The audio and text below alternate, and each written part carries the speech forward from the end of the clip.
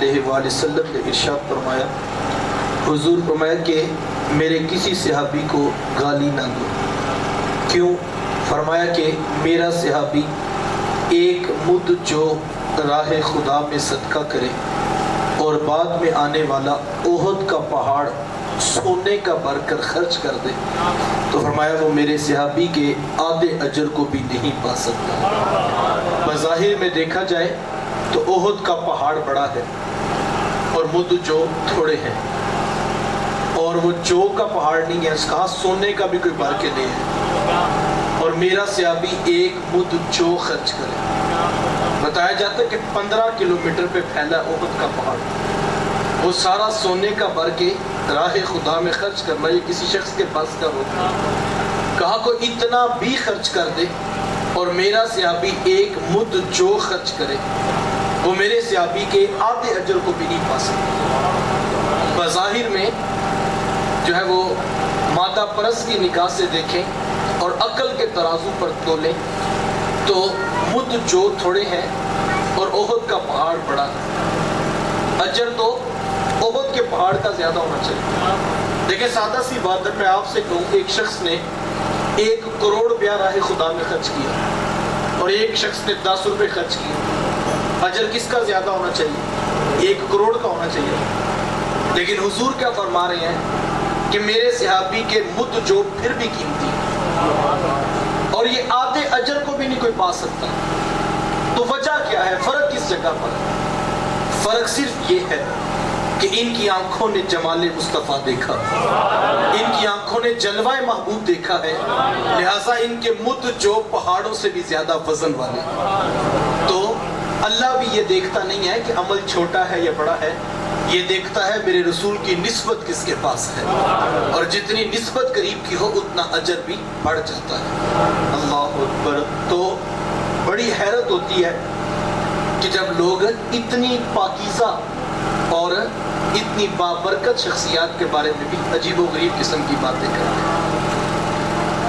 اور میں یہ کہا کرتا ہوں کہ اگر آپ ایمان کی نگاہ رکھیں تو کسی شاعر کا کتنا خوبصورت تخیل ہے، اور یہ ایمان کی خوشبو سے بھرا ہوا شعر نظر آتا ہے۔ صحابہ تو جیتے جاگتے با کردار لوگ ہیں، شاعر نے اس سے بھی آگے کی بات کی، اور شاعر کہتا ہے کہ ذرے اس خاک کے تابندہ ستارے ہوں گے، ذرے اس خاک کے تابندہ ستارے ہوں گے جس جگہ آپ نے نالین اتارے ہوں۔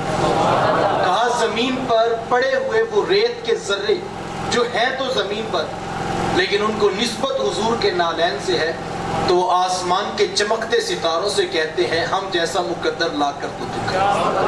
ہم نے قطرہ دیکھا نہ کبھی دریا پہ غور کیا، ہم نے قطرہ دیکھا نہ کبھی دریا پہ غور کیا، بس جہاں تیری جھلک نظر آئی وہی ڈوب گئے۔ تو اصل تو حضور کی نسبت کو احترام ہے، تو حضور کی نسبت اگر ریت کے ذروں کو مل جائے تو وہ آسمان کے ستاروں سے بھی افضل ہو جایا کرتے ہیں۔ تو سب صحابہ اہل جنت ہیں، سب صحابہ رشد و ہدایت کا روشن معراج۔ ان تمام اصحاب میں ایک بڑا معتبر نام ہے سیدنا حضرت عثمان غنی رضی اللہ تعالیٰ عنہ کا نام۔ کتنا بابرکت اور کتنی عظمتوں کا حوالہ ہے یہ نام کہ خود اللہ کے رسول صلی اللہ علیہ وآلہ وسلم نے ارشاد فرمایا کہ لوگوں ہر نبی کا جنت میں کوئی نہ کوئی ساتھی ہوگا، اور میرے جنت کے ساتھی کا نام تو عثمان ہے۔ یار جنت میں چلے جانا بڑی عظمت کی بات ہے، اور حضور فرمائے کہ میرے جنت کے ساتھی کا نام بھی عثمان ہے، اور حضور اپنی رفاقتوں کا حق حضرت عثمان غنی رضی اللہ تعالیٰ عنہ کو دے رہے ہیں۔ کتنی بڑی شخصیت ہے، ان کے کردار پر ایک بات آپ اندازہ لگا سکتے ہیں کہ وہ کتنے بلند مرتبہ تھے اور ان کا کردار کتنا سچا اور کتنا پاکیزہ تھا، کہ اللہ کے رسول صلی اللہ علیہ وآلہ وسلم نے اپنی 2 صاحبزادیاں ان کے نکاح عقد میں دی ہیں، یکے بعد دیگرے 2 بیٹیوں کا نکاح حضور نے حضرت عثمان غنی رضی اللہ تعالیٰ عنہ کے ساتھ کیا، اور یہاں تک ارشاد فرمایا کہ اگر میری 40 بیٹیاں بھی ہوتی تو میں ایک ایک کر کے عثمان کے نکاح میں دیتا رہتا۔ تو یہ حضرت عثمان غنی رضی اللہ تعالیٰ عنہ کے کردار کا کتنا بڑا حوالہ ہے۔ دیکھیے آج کے گزرے دور کے اندر بھی کہ ہر شخص اپنی بہن یا بیٹی کا جب کوئی نکاح کرنا چاہتا ہے تو وہ ایک معیار ذہن میں ضرور رکھتا ہے. کوئی دولت دیکھتا ہے, کوئی اخلاق دیکھتا ہے, کوئی دین دیکھتا ہے, کوئی گھر کاروبار دیکھتا ہے, اور ہر شخص کا ایک اپنا ضابطہ ہے, وہ اس ضابطے کے معیار پر رشتہ دیکھنا چاہتا ہے. اور جتنا کوئی دانا بینا شخص ہوتا ہے اس کا معیار اتنا بڑا ہوتا ہے. ہمارے یہاں بعض کا نوجوان کسی بات پر متفق ہوتے ہیں تو بڑے بزرگ کہتے ہیں کہ نہیں بیٹا تمہارا تجربہ کم ہے, یہ مسئلہ ہے اس رشتے کے اندر, لہٰذا اس پر ہاں نہ کر, کل کو تم بچتا. کیونکہ جو دانا ہوتا ہے, جو بزرگ ہوتا ہے, جو سمجھدار ہوتا ہے, اس کا معیار بڑا ہوتا ہے اور ان کے معیار کے اوپر ہر کوئی پورا نہیں ہوتا. تو یار جو جتنا سیاح ہوتا ہے اس کا معیار اتنا بڑا ہوتا ہے. مجھے بتاؤ کائنات میں میرے حضور سے بھی دانا کوئی شخص ہے؟ سب سے دانا تو میرے حضور ہیں. تو پھر حضور کا اس عنوان پر معیار کتنا بلند ہوگا؟ تو جتنا بلند معیار حضور نے رکھا ہوگا تو پھر میں سلام نہ کروں حضرت عثمان غنی رضی اللہ تعالیٰ عنہ کے کردار کو کہ میرے حضور 2 مرتبہ اپنی بیٹیوں کے لیے حضرت عثمان غنی رضی اللہ تعالیٰ عنہ کا انتخاب کرتے ہیں. اللہ, یہ کتنا بڑا حوالہ ہے ان کے کردار کا. حضرت عثمان غنی رضی اللہ تعالیٰ عنہ کی شخصیت سے 3 چیزیں سیکھی جا سکتی ہیں. میں واقعات کی تفصیل پہ نہیں جانا چاہوں گا, وہ آپ علماء سے جو ہے وہ سنے ہوں گے. میں ان کی شخصیت سے جو پیغام وابستہ ہے اس کی طرف آپ کی توجہ چاہوں گا. 3 چیزیں ہیں جو حضرت عثمان غنی رضی اللہ تعالیٰ عنہ کو عطا کی ہیں. ایک تو وہ پیکر شرم و حیا ہے, اور دوسرا وہ منبع جود و سخا ہے, اور تیسرا زندگی کی آخری سانس تک وہ اتحاد امت کے لیے کوشاں نظر آتے ہیں. پہلی خوبی کہ وہ پیکر شرم و حیا ہے. کس قدر حیا تھا وہ روایت آپ نے علماء سے سنی ہے کہ حضور گھر میں تشریف فرماتے, پہلے حضرت ابو بکر صدیق رضی اللہ تعالیٰ عنہ آئے, پھر جناب عمر رضی اللہ تعالیٰ عنہ تشریف لائے. گفتگو ہوتی رہی, باتیں چلتی رہی کہ پھر دروازے پر دستک. تو پوچھا کہ کون؟ تو بتایا گیا کہ حضرت عثمان ہیں اور وہ اجازت طلب کر رہے ہیں. میرے حضور نے جلدی سے اپنی مبارک پنڈلی پہ کپڑے کو ٹھیک کیا اور فرمایا کہ اب میرے عثمان کو اجازت دیں. حضرت عثمان غنی رضی اللہ تعالیٰ آئے اور آ کر حضور کے پاس بیٹھے. گفتگو ہوتی رہی, باتیں چلتی رہی. جب اصحاب اٹھ کر اپنے گھروں کو چلے گئے تو ام المومنین حضرت عائشہ صدیقہ رضی اللہ تعالیٰ عنہ عرض کرتی ہیں کہ حضور جناب ابو بکر آئے, جناب عمر تشریف لائے, آپ بدستور اسی حالت میں تشریف فرما رہے ہیں, لیکن جیسے حضرت عثمان آئے آپ نے اپنی مبارک پنڈلی سے کپڑے کو ٹھیک کر لیا. تو حضور اس کی حکمت اور وجہ کیا تھی؟ تو حضور فرمایا, اے عائشہ کیا میں اس شخص سے حیا نہ کروں جس سے رب کے فرشتے بھی حیا کرتے ہیں؟ اور فرمایا اگر میں ایسا نہ کرتا تو حیا کی وجہ سے عثمان جو بات کرنے آئے تھے وہ کر ہی نہ پاتے, اور مجھے ان کی حیا کا خیال پیش نظر. اب یہاں پر بہت ساری باتیں سیکھی جا سکتی. سب سے پہلی بات تو یہ کہ پنڈلی جو ہے یہ مرد کے ستر میں شامل نہیں. مرد کا ستر ناف سے لے کر گھٹنوں کے نیچے تک. اور یہ بات ذہن نشین رکھے کہ ہر وقت مرد کو اپنی یہ جگہ ڈھانپ کے رکھنی چاہیے. اگر کوئی مرد بھی مرد کی اتنی جگہ کو دیکھے گا تو وہ گناہ گار ہے. یہ ہمارے یہاں بعض نوجوان گرمیوں میں جو ہے وہ شارٹس پہن لیتے ہیں نکر, تو وہ مناسب نہیں. دیکھیں کیا فرق پڑتا ہے, اگر یہاں تک ہے تو یہاں تک کر دیجیے. تو کم از کم اللہ اس کے رسول کی شریعت کو اہمیت دینے کا مزاج ہمیں اپنی اولادوں کو سکھانا چاہیے. اور یہ سیکھنے کی عمر ایک ہوتی ہے جس کے اندر یہ چیزیں سیکھی جا سکتی ہیں. چھوٹے بچوں کے کپڑے خریدتے وقت میں بہنوں اور بیٹیوں سے بھی کہوں گا کہ اپنی خواہش کو پیچھے کر کے حضور کے دین کی اہمیت کو سامنے رکھیں. تو کم از کم اپنے بچوں کو اس طرف کا رجحان نہ دیں. بچہ خواہش بھی کرے تو ان کو بتائیں کہ بیٹا یہ والا لباس جو ہے اس میں یہ والا مسئلہ ہے, اس لیے تم یہ نہ پہنو. تو یہ خوبصورت دین کا انداز ہے. اور جس وقت بچے کی سیکھنے کی عمر ہوتی ہے, اگر ہم اس وقت کوئی چیز اس کی تربیت کا حصہ بنا دیں تو ساری زندگی وہ کام نہیں کرے گا, کیونکہ اس نے بچپن میں سیکھا ہوگا کہ یہ گناہ ہوتا ہے, اور یہ گناہ سے نفرت ہم نے اپنی اولاد کے سینے میں رکھی. مجھے اچھی طرح یاد ہے, میں کسی دور میں ایک گھر کے اندر ٹیوشن پڑھانے کے لیے جایا کرتا تھا. تو دوسری تیسری کلاس کا وہ طالب علم تھا. تو ایک دن بچہ پڑھنے کے لیے آیا تو اس نے جو ہے وہ نکر پہنی. تو میں نے کہا کہ بیٹا دین یہ کہتا ہے کہ ناف سے لے کر گھٹنوں کے نیچے تک جو ہے وہ ہم نے جسم کا ہر حصہ چھپا کے رکھا ہے, تو بیٹا آپ یہ کپڑے نہ پہننا. تو اس نے کہا سر مجھے پتہ ہی نہیں تھا, تو میں آئندہ نہیں کروں. 7-8 سال کا بچہ تھا. تو خیر میں نے اس کو ترغیب دی. تو بچے تو جو چیز سیکھتے ہیں وہ گھروں میں پھر بتاتے ہیں. تو بچے نے جا کر شور مچا دیا کہ میں نے آئندہ یہ والے کپڑے نہیں پہنے. اگلے دن اس کی والدہ آئی تو کہنے لگی کہ یہ 5-7 سوٹ ہیں, تو یہ کل سے کہہ رہا ہے کہ میں نے آئندہ یہ نہیں پہننے ہیں, تو اس طرح تو یہ کپڑے ضائع ہو جائیں گے. تو آپ ذرا اس کو سمجھائیں کہ ابھی یہ بچہ کیا فرق پڑتا ہے, تو یہ کپڑے پہن لیں, تو ہم آئندہ اس کے نئے کپڑے اس طرح کے نہیں خریدتے. تو میں نے کہا کہ بہن اللہ کا شکر کرو, یہ تو چند سوٹ ہیں, اگر یہ ضائع بھی ہو جائیں تو تھوڑا کرم تو نہیں کہ محمد عربی کے دین کے اوپر عمل کرنا نصیب ہو رہا ہے. آج حوصلہ افزائی کرو, آج تم تھپکی دو کہ بیٹا کپڑے ہم تجھے نئے لے کر دیں گے, ہم اس بات پہ راضی ہیں کہ تجھے دین کا مسئلہ تو سمجھ آیا اور تم نے عمل کیا. یہ تھپکی دے کر بچے کو دین کی طرف لانا یہ ہمارا مزاج ہونا چاہیے. اور جب ہم اس طرح بچوں کو دین کی طرف لائیں گے, جب بیٹیاں چھوٹی ہوں تو ان کے سروں پہ دوپٹہ رکھنے کی عادت ڈالیں. وہ موقع اسی وقت انہوں نے سیکھنا. ہمارے پاس کا مسئلہ یہ ہوتا ہے جب بچے چھوٹے ہوتے ہیں تو کہتے ہیں یہ تو ابھی چھوٹی ہے, یہ تو ابھی چھوٹا بچہ ہے, تو ابھی سے اس کے اوپر کیا پابندی کر, جب بڑا ہوگا تو سمجھ آئے.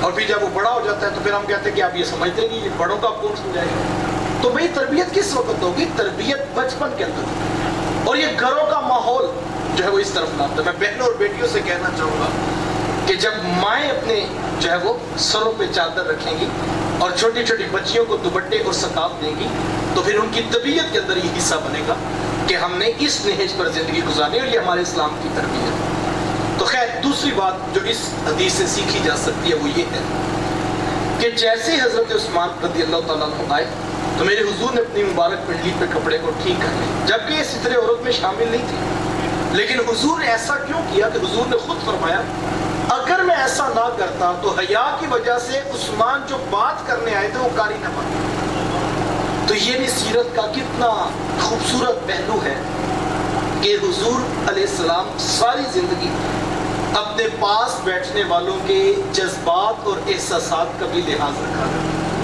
اور حضور نے آنے والے کو اس کے ماحول کے مطابق ماحول فراہم کیا تاکہ آنے والا کمفرٹ زون کے اندر بیٹھ کر میری بات سیکھ سکے اور مجھے اپنی بات بتا سکے. ایک زمانہ تھا یہ معاشرے کے اندر ادب اور حیا موجود تھا, لیکن اب ہمیں یہ چیزیں نظر نہیں آتی. ایک زمانہ تھا کہ کوئی بڑے بزرگ گلی کے گزرتے تھے مسجد میں جانے کے لیے, تو کرکٹ کھیلتے ہوئے نوجوان بھی گیند بلا چھوڑ کر ان کے پاس جا کر سلام لیتے, اور جب تک وہ نظروں کے سامنے رہتے نوجوان یوں خاموش کھڑے رہتے.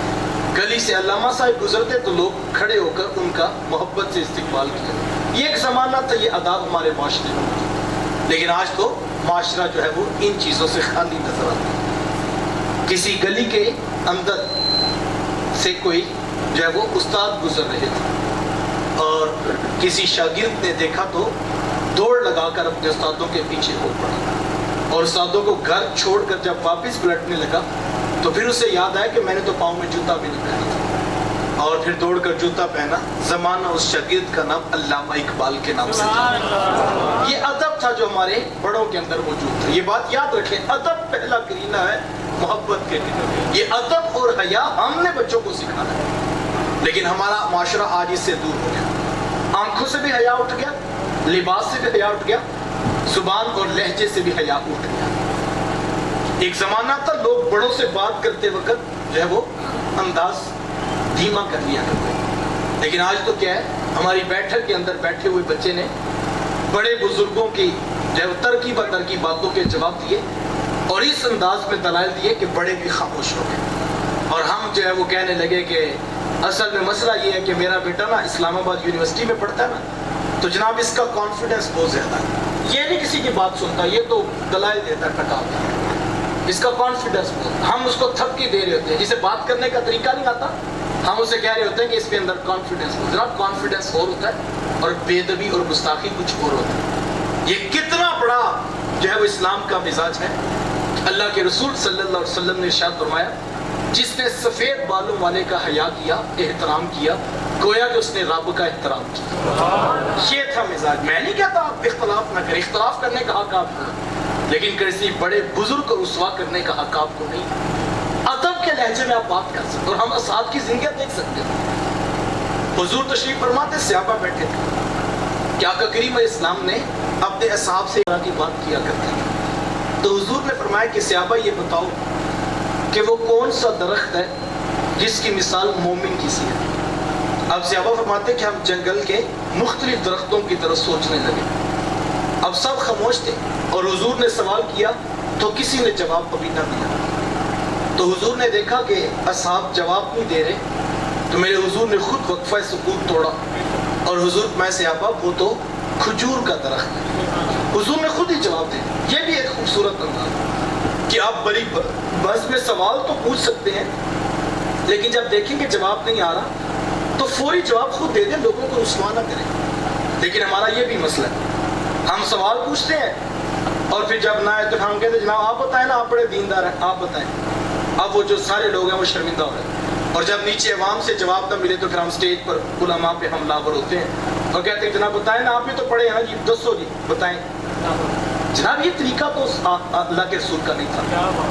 ہو سکتا ہے کوئی بہت بڑا عالم ہو، وقتی طور پر سے کوئی سوال کا جواب نہ آئے، اور یہ لازم بھی تو نہیں ہر عالم کو ہر سوال کا جواب آتا ہو، لیکن ہم لوگوں کو یوں بھی رسوا کرتے۔ حضور کی یہ عادت شریفہ نہیں تھی، اور حضور نے دیکھا کہ صحابہ جواب نہیں دے رہے، حضور نے فوراً کہا کہ صحابہ وہ تو جو ہے وہ کھجور کا درخت ہے۔ اب مجلس پر خاص بھی صحابہ اٹھ کے گھروں کو چلے، تو گھر میں پہنچے تو حضرت عمر رضی اللہ تعالیٰ عنہ کے بیٹے ابن عمر اپنے والد سے عرض کرتے ہیں کہ ابا جی صبح حضور نے سوال پوچھا تھا نا محفل میں؟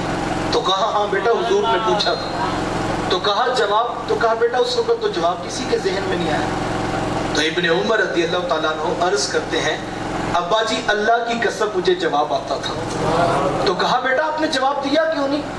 کہا میں نے غور کیا کہ جب ابو بکر و عمر جیسی شخصیات چپ بیٹھی ہیں، ابن عمر پھر تو نے بھی چپ رہنا ہے۔ یہ تھا ادب جو معاشرے میں حضور نے سکھایا، یہ تھا ادب جو اصحاب رسول کے بچوں کو آتا تھا کہ جب بڑے چپ بیٹھے ہیں پھر چھوٹوں کو بھی چپ رہنا چاہیے۔ ہم نے اپنی اولادوں کو یہ چیز سکھانی ہے کہ بیٹا جب بڑے بات کر رہے ہو، ایک زمانہ ہوتا تھا کہ جب کسی بڑے بزرگ نے گھر آنا ہوتا تھا، کسی عالم نے آنا ہوتا تھا، ویسے تو لوگ سکھاتے تھے اپنے بچوں کو کہ تم نے سلام کیسے لینا ہے اور تم نے ان کے پاس بیٹھنا کیسے۔ اور یہ چیزیں ہم نے اپنے مدارس میں دیکھی۔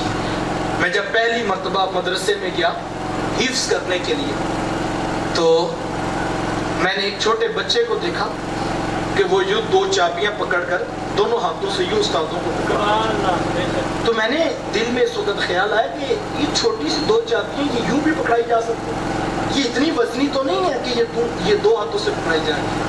تو پھر میرے دل نے جواب دیا صاحب چابیوں کا وزن نہیں ہوتا، استاد کا وزن ہوتا ہے، جو بڑا ہوتا ہے نا اس کا وزن ہوتا ہے۔ یہ تھے آداب مدارس کے اندر۔ ہمیں اس وقت یاد ہے کہ جب استاد مکرم 12 بجے چھٹی کرتے تو کسی طالب علم کو کہتے بھی اب 1:15 بجے اذان ٹائم مجھے اٹھا دینا، تو جس بچے نے اٹھانا ہوتا اس کا انداز انتہائی ادب والا ہوتا۔ کیسے اٹھایا جاتا ہے جناب سوئے ہوئے شخص کو؟ اللہ اکبر۔ جس دن ہماری ڈیوٹی تھی تو ہم نئے گئے تھے مدرسے میں، اور یہ ہم تو اسکول سے گئے تھے اور یہ نئی چیزیں تھی ہمارے لیے۔ تو وہ دوست کہنے لگا کہ تمہیں اٹھانا آتا ہے، کیسے اٹھاتے ہیں؟ تو میں نے کہا اٹھانے کا بھی کوئی طریقہ ہوتا ہے؟ کہتا ہو میں تمہیں سکھاتا ہوں۔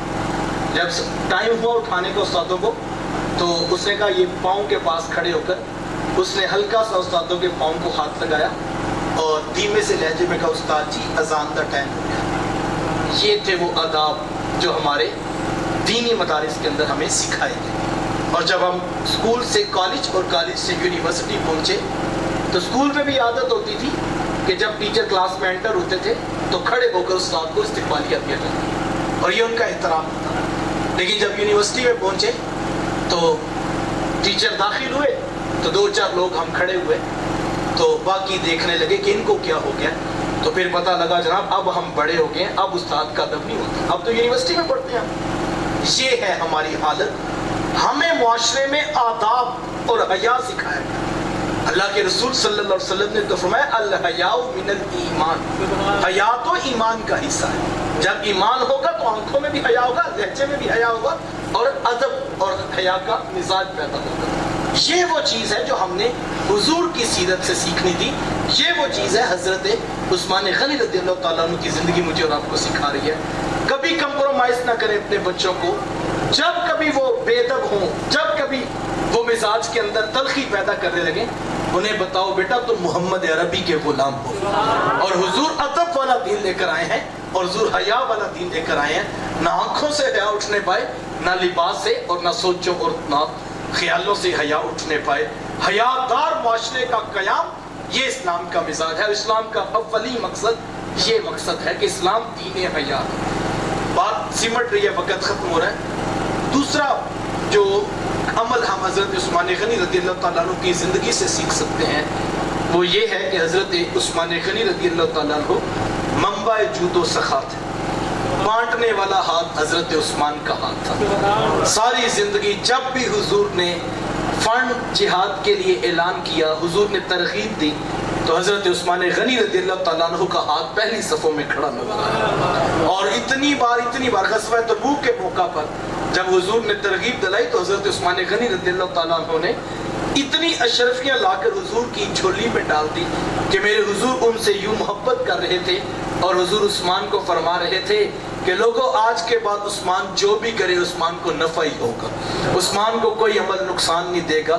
اور یہ حضرت عثمان غنی رضی اللہ تعالیٰ رب کے نام پر بانٹنے والا مزاج پیدا ہے۔ یہ دوسری چیز ہے جو ہم نے اپنی اولادوں کو سکھانا ہے، اور اولادوں کو بتائیں کہ بیٹا جو اوپر والا ہاتھ ہے وہ نیچے والے ہاتھ سے بہتر ہے۔ ان کے اندر خودداری پیدا کریں، عزت نفس ان کے اندر پیدا کریں کہ بیٹا کبھی کسی سے مانگنا نہیں، اللہ توفیق دے تو بانٹنے والا ہاتھ رکھیں۔ اور یہ چیز بعض خوش قسمت بچے ہوتے ہیں جن کو اللہ تعالیٰ ویسے تحفہ عطا کرتا ہے۔ بعض بچوں کا دل غنی ہوتا ہے، وہ کہا نا کہ سخاوت با دل است نہ با مال است۔ سخاوت کا تعلق دل سے ہوتا ہے، مال کے ساتھ نہیں۔ لاکھوں کروڑوں ہو، دل چھوٹا ہو تو کنجوس ہوتا ہے انسان، لیکن پاس کچھ بھی نہ ہو، دل بڑا ہو تو وہ سخی ہوتا ہے، بانٹنے والا مزاج۔ اور قصور میں تو یہ بات آپ روزانہ بابے بلے شاہ علیہ رحمہ کی قبر پہ دیکھ سکتے ہیں۔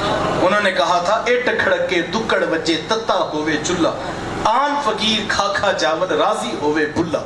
فقیر کا یہ مزاج ہوتا ہے کہ وہ بانٹنے والا ہوتا ہے۔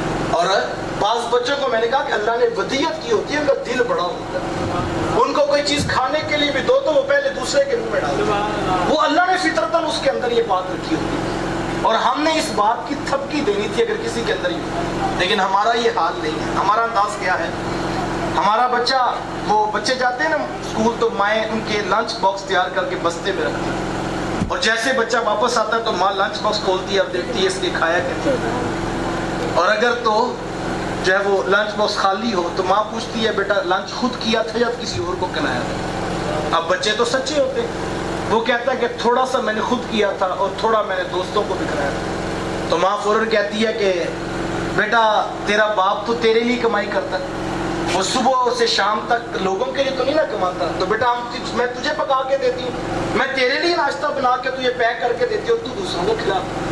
تو بچہ کہتا ہے ہاں بات تو واقعی ٹھیک ہے، باپ محنت تو میرے لیے کرتا ہے، لوگوں کے لیے تو نہیں کرتا۔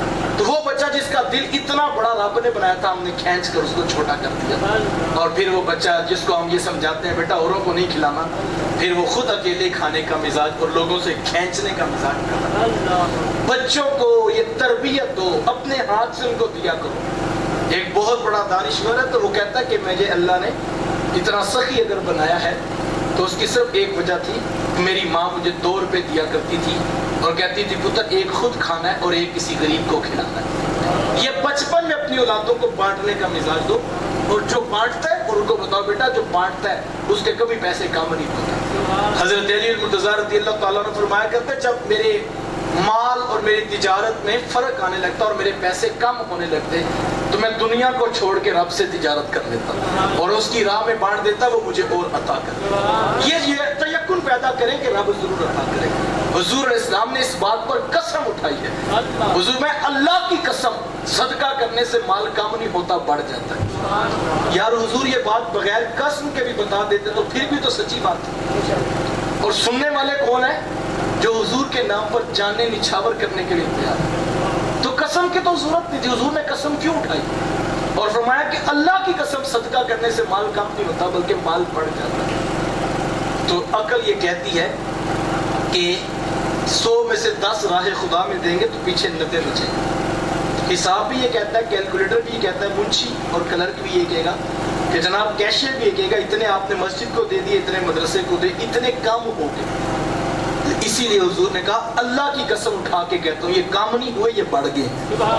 تمہیں یقین دلانا تھا نا، تو کہا کہ میں قسم اٹھا کے کہتا ہوں یہ کم نہیں ہوا۔ عقل یہ کہتی ہے 100 روپے میں سے 50 مدرسے کو دیں گے، 50 تو کم ہو گئے، لیکن حضور پارے اللہ کی قسم یہ کام نہیں ہوئی، یہ بڑھ گیا۔ تو یہ وہ مزاج تھا جو ہم نے بانٹنے کا اپنی اولادوں کو سکھانا تھا۔ اور یقین جانیے اتنی بڑی دولت اگر کسی کو نصیب ہو جائے، میں آپ کو دعوے سے کہتا ہوں آپ قبرستان میں چلے جائیں اور بڑے بڑے امیر لوگوں کی قبریں دیکھ لیں، آپ کو ان کی قبریں ویران نظر آئیں گی۔ جو ساری زندگی مال جمع کر کر کے رکھتے رہے، ان کی سکی اولادیں بھی ان کو قبروں پہ سلام کرنے نہیں جاتے۔ یہ کن کی قبریں ہیں؟ جو ساری زندگی جمع کر کر کے رکھتے ہیں۔ اور اگر کبھی تم داتا کی چوکھٹ پہ جاؤ تمہیں ساری دن میں اجالے اور رات میں چراغ محبت کے جلتے نظر آئیں گے۔ وجہ کیا ہے؟ جو رب کے نام پہ بانٹتے ہیں پھر ان کی قبروں پہ میلے رہا کرتے ہیں۔ بانٹنے والا مزاج پیدا کرے۔ واصف علی رحمہ مجھے یاد آتے تھے، آپ نے ایک ادارہ بنایا اور اس میں بچے آ کے پڑھا کرتے ہیں۔ تو دل دریا تھا اور ہاتھ بھی بانٹنے والا تھا، اور جب دل بھی دریا ہو اور آگے ہاتھ بھی بانٹنے والا ہو تو پھر روکے کون؟ اب حضرت واصف علی رحمہ آپ کے پاس جب کوئی غریب آتا اور آ کر کہتا جی میں تو بچے کی فیس نہیں دے سکتا اور بچے کا پڑھنے کا شوق ہے تو آپ کے ادارے میں پڑھتا ہے تو آپ فیس کے لیے کچھ کر دیں، تو آپ کہتے ہیں اچھا یار بچے کو بھیج دیا کرنا، فیس تمہاری ہم دے دیا کرنا۔ کوئی غریب آتا تو اس کی مدد کر دیتے۔ اب ایک دن آ کر کیشیئر آپ کے پاس بیٹھ گیا اور کہنے لگا حضرت جس ہاتھ سے آپ بانٹ رہے ہیں اس طرح تو ادارہ نہیں چلے گا، اس طرح تو خرچے پورے نہیں ہوں گے، تو ادارہ تو بند کرنا پڑ جائے گا، تو لہٰذا ذرا آپ خیال کیجیے۔ تو واصف صاحب نے بڑا خوبصورت جملہ فرمایا۔ واصف صاحب کہنے لگے تمہیں کس نے کہا ہے کہ میں ادارہ چلا رہا ہوں؟ میں ادارہ تو نہیں چلا رہا، میں تو اپنے جنازے کے بندے پکے کر رہا ہوں۔ کل جو میرے پاس آئے ہوں گے وہ میرے جنازے میں تو کھڑے ہوں گے۔ تم تو مرے ہوگے، تمہیں نہیں پتا، تمہاری تو میت پڑی ہوگی، لیکن تمہارے جنازے میں کوئی وہ ہوگا جو برادری بچانے کے لیے کھڑا ہوگا، کوئی وہ ہوگا جو دوستوں کا یارانہ نبھانے کے لیے کھڑا ہوگا، کوئی وہ ہوگا جو رشتہ داری کے لیے کھڑا ہوگا، لیکن ایک غریب وہ ہوگا جس کے ساتھ تمہارا تعلق صرف رب کی رضا کے لیے تھا اور جس کی تم نے مدد کی ہوگی، یہ بتانے کی ضرورت نہیں وہ کتنے اخلاص سے آ کے دعا مانگے۔ اور اللہ کے رسول پاتے ہیں جب مومن اپنے مومن بھائی کے لیے اخلاص سے نیت سے دعا کرتا ہے اللہ اس کے اٹھے ہوئے ہاتھوں کو قبول کر لیتا ہے۔ تو یہ تعلق پیدا کرو کہ کسی کے لیے ہاتھ بانٹنے والا پیدا کرو، کسی کی مدد کر سکو، تو یہ بڑا خوبصورت عمل ہے۔ اور اپنا ہاتھ بانٹنے والا بناؤ، اپنی اولادوں کو بھی یہ سکھاؤ۔ اور بیٹی کو بیاہنے لگو تو میں بہنوں کو بھی کہنا چاہوں گا، یہ ایک چھوٹی سی بات ہے، بڑی خوبصورت کسی دانشور نے بات کی۔ اس نے کہا جو شخص بادشاہ بننا چاہتا ہے، ہر شخص چاہتا ہے بادشاہ سے مفہوم یہ ہے کہ ہر کوئی اس کی بات کو مانے، تو کہا کہ صرف 2 چیزوں سے بادشاہ ممکن ہے۔ کہا جی وہ کون سی؟ کہا یا تو علم اتنا ہو تمہارے پاس کہ تمہارے جیسا علم کسی کے پاس نہیں تو لوگ تمہیں بادشاہ مان لیں، چونکہ علم کی قدر ہے نا، تو لوگ علم والے کو بادشاہ مان لیں۔ تو کہا اگر علم نہیں تو پھر تمہارے پاس ہاتھ بانٹنے والا ہو، جس کا ہاتھ بانٹنے والا ہو لوگ اس کو بھی بادشاہ مان لیں۔ تو میں کہتا ہوں بیٹی کو جب بیاہنے لگو تو اس کو یہ چھوٹا سا نسخہ سمجھا دو۔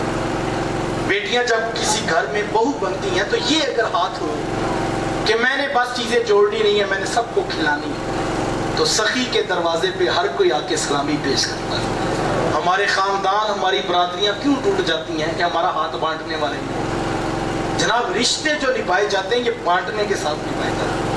بیٹی کو اگر ہاتھ بانٹنے والا دیا، وہ چیزوں سے پیار نہ کرے، وہ جا کے رشتوں سے پیار کرے اگلے گھر میں، اور رشتوں کی خاطر ہاتھ بانٹنے والا رکھے، تو میں دعوے سے کہتا ہوں آپ کی بیٹی کا گھر سکھیوں کے ساتھ آباد ہوگا۔ لیکن اگر کنجوسی والا ہاتھ ہوگا تو کبھی بھی لوگ آپ کی بیٹی کو بادشاہ یا ملکہ نہیں مانیں گے۔ بانٹنے والا ہاتھ پیدا کرو، وہ اس کی ترغیب دو اپنی بیٹیوں کو۔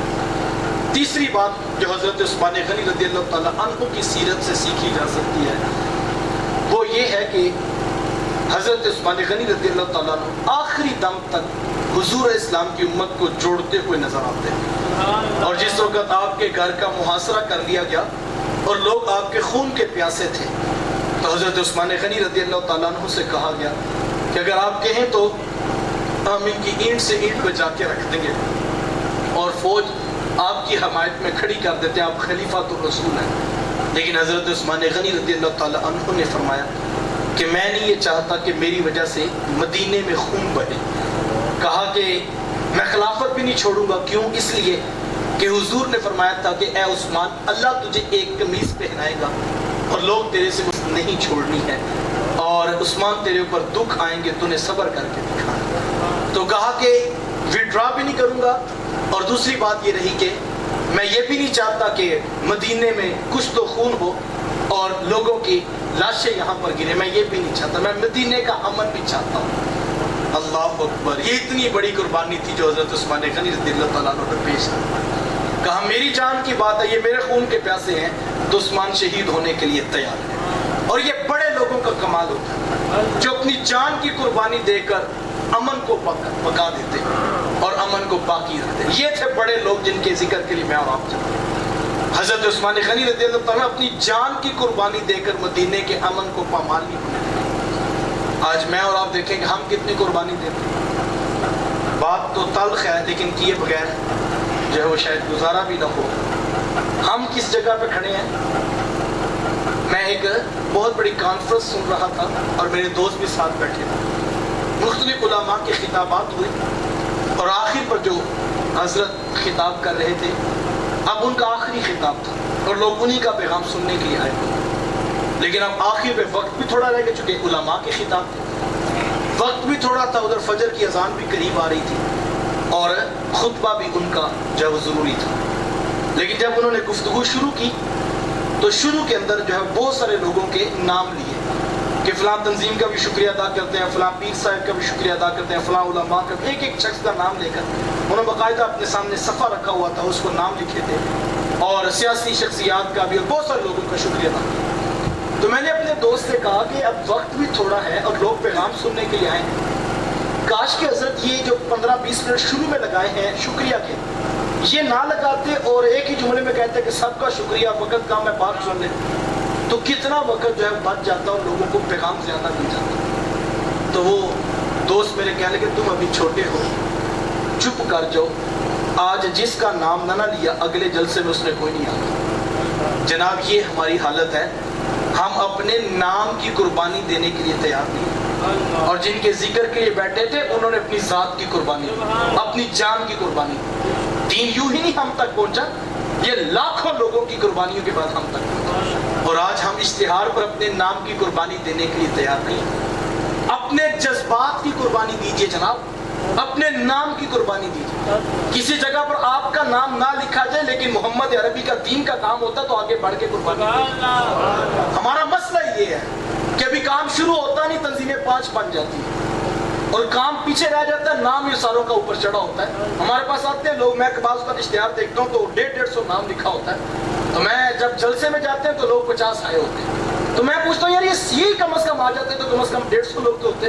لیکن ہمارا مسئلہ ہے ہمیں نام لکھوانے کا تو بڑا شوق ہے, ہم لوگ کام نہیں کرنا چاہتے. یاد رکھیے جو نام اونچا کرنے کے چکر میں رہتے ہیں وہ ساری زندگی نیچے جاتے ہیں, اور جو کام کرتے ہیں پھر رب ان کے نام اونچے کرتے ہیں. میرے استاد مکرم فرمایا کرتے بیٹا کام کے ساتھ عظمت ہوتی ہے. ہمارا مسئلہ ہم اوروں کو کھینچ کے اوپر جانا چاہتے ہیں. یاد رکھیں کسی کو کھینچ کر اوپر نہیں جایا جا سکتا, محنت کے ساتھ آپ اوپر جا سکتے.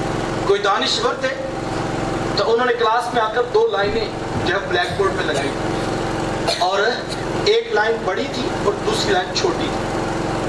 تو انہوں نے بچوں سے سوال کیا کہ بیٹا ان میں کون سی لائن بڑی ہے اور کون سی چھوٹی ہے. تو سب نے کہا استاد جی اوپر والی لائن بڑی اور نیچے والی چھوٹی, سب کو نظر آ رہی. تو استاد صاحب نے کہا بیٹا اگلا سوال یہ ہے کہ اوپر والی لائن بڑی ہے, تمہاری آنکھیں بھی دیکھ رہی ہیں, اب اوپر والی لائن کو چھیڑے بغیر یہ ثابت کرو کہ یہ لائن چھوٹی ہے. اب ہر کوئی کہے کہ ظاہری بات ہے ڈسٹر کے ساتھ مٹائیں گے تو یہ لائن چھوٹی ہوگی, اور اس کو چھیڑنا بھی نہیں, اس کو چھوٹا بھی ثابت کرنا. اب سب خاموش بیٹھے تھے، تو ایک دانا طالب علم اٹھا اور اس نے کہا استاد جی مجھے مارک کر دینا. اسے مارک کر دیا گیا. تو اس نے تیسری بڑی لائن کھینچ دی. اس نے کہا استاد جی اب یہ چھوٹی ہوگی اوپر والی بڑی ہوگی. جناب کسی کو چھیڑے بغیر بھی بندہ اوپر بڑا ہو سکتا ہے، مسئلہ یہ خود بڑا ہوگا تو کسی کو چھیڑے بغیر بھی بڑا ہو سکتا ہے. ہمارا مسئلہ یہ ہم برادری میں اوپر جانا چاہتے ہیں لیکن ہم لوگوں کو کھینچ کے خود اوپر ہو. نہیں جناب، جو بانٹے گا، جو محبت دے گا، جو اخلاق دے گا، جو رشتہ داروں کو جوڑے گا وہ اوپر خود چلا جائے گا. اس کو لوگ قدر کی نگاہ سے دیکھیں گے. لیکن ہمارا مسئلہ یہ ہے ہم لوگ نہ قربانی دینے کا مزاج رکھتے ہیں نہ کام کرنے کا مزاج رکھتے ہیں. آئیے محنت کرنے کا مزاج پیدا کریں، جوڑنے کی کوشش کریں. بھائیوں کو جوڑیے، خاندان کو جوڑیے، برادری کو جوڑیے، رشتوں کو جوڑیے اور اپنی اولادوں کو بھی یہ سکھائیے. اور یاد رکھیے کبھی بھی دو لوگ جڑتے نہیں جب تک ان میں سے ایک قربانی نہیں ملے. ہمیشہ جھکنا پڑتا ہے. اور یہ یاد رکھیں کہ پھل ہمیشہ اسی شاخ پہ لگتا ہے جس کو جھکنے کی عادت ہوتی ہے. جھکی ہوئی شاخ کے اوپر پھل لگا کرتا ہے اور اکڑے ہوئے درخت کے اوپر کچھ بھی نہیں ہوتا ہے. مجھے اور آپ کو جھک کر جوڑنا پڑے امت رسول کو تو میں اور آپ اپنے جذبات کی قربانی دیں، اپنے خاندان کی قربانی، اپنی ذات کی قربانی دے کر جوڑنے کا مزاج پیدا کریں. جوڑنا بڑے لوگوں کا کمال ہوتا ہے، توڑنا کوئی کمال کی بات نہیں. یہ شیشے کا گلاس پڑا ہے، کوئی چھوٹا بچہ بھی ٹھوکر مارے تو وہ توڑ کے دکھا سکتا ہے. توڑنا تو کوئی کمال کی بات نہیں ہے، جوڑنا بڑے لوگوں کا کمال ہے. اپنی اولادوں کو یہ تربیت دو، بیٹا جس جگہ پہ کھڑے ہو توڑنے کا مزاج نہ توڑو اور ہمیشہ جوڑنے کی بات کرو. میں اپنی ساری بات کو دو جملوں میں کہوں تو کسی نے کیا خوب کہا تھا، توڑنے والے خاک کیا کرتے ہیں، توڑنے والے خاک کیا کرتے ہیں، جوڑنے والے کمال کیا کرتے ہیں، جوڑنے والے کمال کیا کرتے ہیں. جوڑنے کا مزاج پیدا کرو، دوستوں کو جوڑنے کا مزاج رکھو، برادری کو جوڑنے کا مزاج رکھو، بہن بھائیوں کو جوڑ کے. اور جوڑا کیسے جاتا ہے یہ میں پھر کہوں گا، ہاتھ بانٹنے والا بناؤ اور اپنی آمدن میں سے بہنوں کا، بھائیوں کا، رشتہ داروں کا حصہ مختص کرو. اور یہ کام ایک بار تم زندگی میں کر کے دیکھو، یقین جانو رب وہاں سے رزق دے گا جہاں سے تم سوچ بھی نہیں سکتے. کسی کو نوکری پہ لگوا سکتے ہو، تمہارے اختیار میں ہے اور وہ بندہ قابل بھی ہے لیکن اس کے پاس جو ہے وہ راستہ نہیں ہے، وہ کبھی یہاں بھاگتا، کبھی ادھر بھاگتا، کبھی ادھر بھاگتا. اور تم سمجھو تمہیں پتہ بھی ہے کہ میرے جو ہے وہ سیٹ اپ کے اوپر گنجائش ہے، میرے جاننے والے کے پاس گنجائش ہے. یہ نہ سوچو کہ میرا بھتیجا اوپر چلا جائے گا تو کیا ہو جائے گا.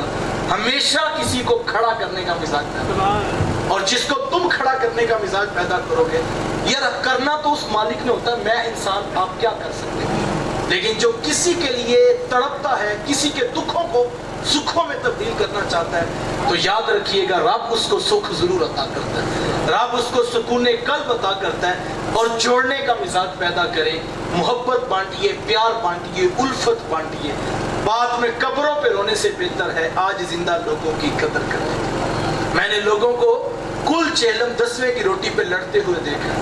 ایک کہتا تھا یہ میری بہن لگتی ہے تو کھانا میں نے پکانا ہے، دوسرا کہتا تھا نہیں یہ میری بہن لگتی ہے روٹی میں نے برادری کو دی. جناب مرنے کے بعد تو روٹی پکانے پہ لڑتے ہو، زندہ بہنوں کی قدر کیوں نہیں کرتے؟ زندہ کی بھی تو قدر کرو. اسلام کی نگاہوں میں اس چیز کی کتنی قدر ہے. اللہ اکبر. یہ حدیث آپ نے علماء سے سنی ہے کہ حضور علیہ السلام نے ارشاد فرمایا جو شخص 40 قدم کسی میت کے ساتھ چلا، اس نے جنازے کو کندھا دیا، 40 قدم، صرف 40 قدم، کتنی دیر کا عمل ہوگا؟ 10 منٹ کا، 15 منٹ. کہا جو 40 قدم کسی مردہ کا سہارا بنا، اللہ اس کے صغیرہ گناہوں کو معاف کر دیتا. کیا خیال ہے یار، جو مردہ کا سہارا بنے رب اس کے گناہ معاف کرتا ہے، ساری زندگی نہیں 15 منٹ کے لیے. تو یار جو زندہ بھائی کا سہارا بنے رب اس کو کیا کچھ عطا کرے. سہارا بنیے، اپنے اندر حوصلہ پیدا کریں اور جوڑنے کا مزاج پیدا کریں. ہم بڑے عجیب لوگ ہیں. وہ مجھے کسی نے کہا کہ ہماری برادری میں حاجی صاحب نے اعلان کیا ہے کہ کوئی مرگ ہو جائے تو کل چیلم کی روٹی ہماری طرف سے ہو. تو میں نے کہا میں نیت پر فتویٰ تو نہیں دیتا، اللہ ان کا دیا ہوا قبول کرے، لیکن حاجی صاحب سے کہنا کہ مرنے کے بعد ٹھیکہ لیتے ہو، زندہ کی قدر کیوں نہیں کرتے ہو؟ زندوں کی بھی تو نیکی کرو. اللہ نے لاکھوں روپے دیے ہیں اور اپنے بتیجے بانجے 10-10 ہزار کی نوکری پر لوگوں کے آگے دھکے کھاتے پھرتے ہیں. ذرا دل بڑا کرو کہ 2 لاکھ کو 5 لاکھ کسی بتیجے بانجے کو دو اور کو بیٹا چھوٹی سی دکان تو بھی بنا لے اور تو عزت کی روٹی کما کے کھایا کر. اور یار اتنا نہ کر سکو کسی کو محبت سے تھپکی تو دو.